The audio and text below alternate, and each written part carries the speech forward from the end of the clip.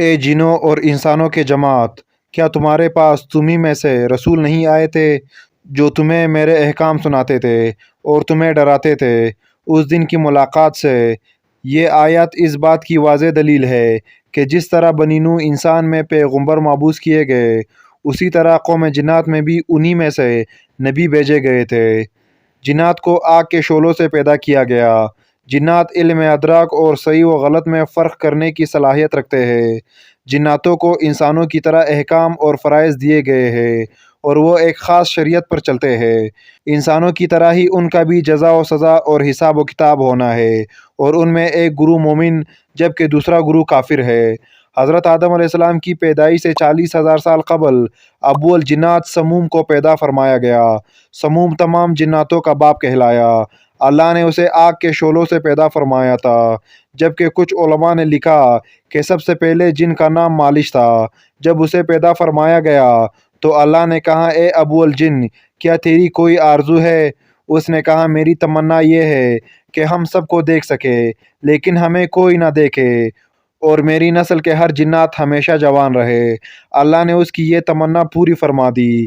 لہٰذا جنات ہر مخلوق کو دیکھ لیتے ہیں لیکن دوسرے لوگ انہیں نہیں دیکھ سکتے، اور جب وہ مرتے ہیں تو زمین میں غائب ہو جاتے ہیں، اور ان کا بوڑھا بھی جوان ہو کر مرتا ہے، یعنی انہیں بچے کی طرح کم عمری میں لوٹا دیا جاتا ہے۔ پھر اللہ نے اس کی بیوی مرجا کو پیدا فرمایا۔ ان دونوں کے تعلق سے ایک لڑکا اور ایک لڑکی کی پیدائش ہوئی۔ کچھ عرصہ بعد ان کے ہاں بھی لڑکے اور لڑکیاں ہوئی۔ اس طرح ان کی تعداد بڑھتی چلی گئی اور وہ 70,000 کے قریب ہو گئے۔ لہٰذا اللہ نے ان پر قانون نافذ کر دیا، اور پھر وہ جوڑوں، خاندانوں اور قبیلوں کے شکل میں رہنے لگے۔ جب جنوں کے نسل میں اضافہ ہوا تو اللہ نے انہیں رتبوں کے اعتبار سے زمین، ہوا اور پانی میں آباد کر دیا۔ جب وہ زمین میں آباد ہوئے تو ایک مدت دراز تک اللہ کی عبادت کرتے رہے۔ پھر وقت گزرنے کے ساتھ انہوں نے اللہ کی نافرمانی شروع کر دی اور زمین میں خون خرابہ اور فساد پھیلانے لگے۔ ان کا ایک بادشاہ تھا جس کا نام یوسف تھا۔ اللہ نے یوسف جن کو نبوت کے عہدے پر فائز کیا تاکہ قوم جنات کو ہدایت ملے۔ یہ جنوں کے قوم میں بھیجے گئے پہلے نبی تھے۔ جب انہوں نے اپنے قوم کو دعوت حق دیا تو جنوں نے انہیں قتل کر ڈالا۔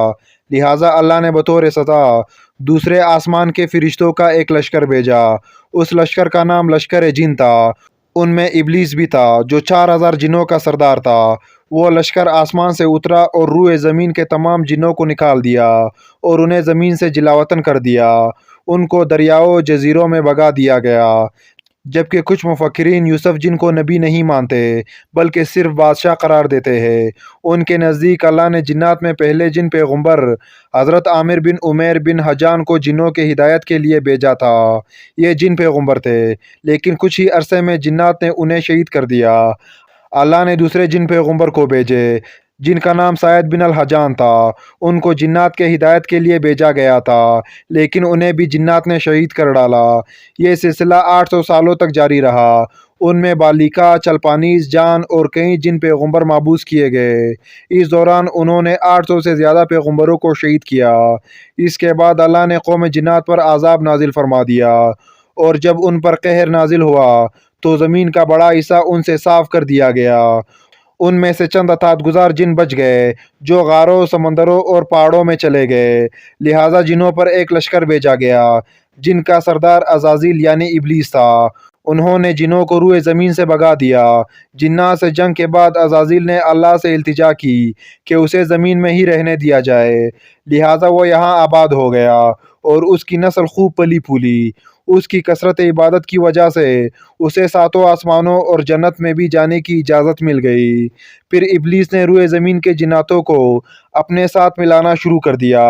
جنات کے 4 قبیلوں نے ابلیس کے ہاتھوں پر بیعت کر لی جن کا نام کن، دام، ممتاز اور مرامس تھا، جبکہ جناتوں کے 2 قبیلوں نے ابلیس کے راستے پر چلنے سے انکار کر دیا جس کا نام بسمالہ اور زعفر تھا۔ جبکہ کچھ مورخین نے لکھا ہے کہ عزازیل بھی جنات کے قبیلے سے تعلق رکھتے تھے۔ اس نے جنات کے ایک قبیلے بلوجان کی ایک لڑکی سے شادی کی، اور اللہ نے عزازیل کو ہزاروں بیٹوں اور بیٹیوں سے نوازا تھا۔ جب سارے سرکش جناتوں کو ختم کر دیا گیا تو وہ وقت حضرت آدم علیہ السلام کی پیدائش کا وقت تھا۔ پھر اللہ نے فرمایا میں زمین میں اپنا نائب بنانے والا ہوں جو انسان ہوگا۔ حضرت آدم علیہ السلام کے اس دنیا میں تشریف لانے کے بعد جناتوں میں کوئی بھی نبی نہیں بھیجے گئے۔ اس زمانے میں جناتوں کو ان پیغمبروں کی پیروی کا حکم تھا جو انسانوں کے درمیان معبوث ہوتے تھے، لیکن جناتوں کی شرانگیزی اور فساد بڑھتی چلی گئی، یہاں تک کہ اللہ کے پیغمبر حضرت سلیمان علیہ السلام نے ان پر قابو پایا اور انہیں دوبارہ ان ویران اور پہاڑوں میں جانے کا حکم دیا۔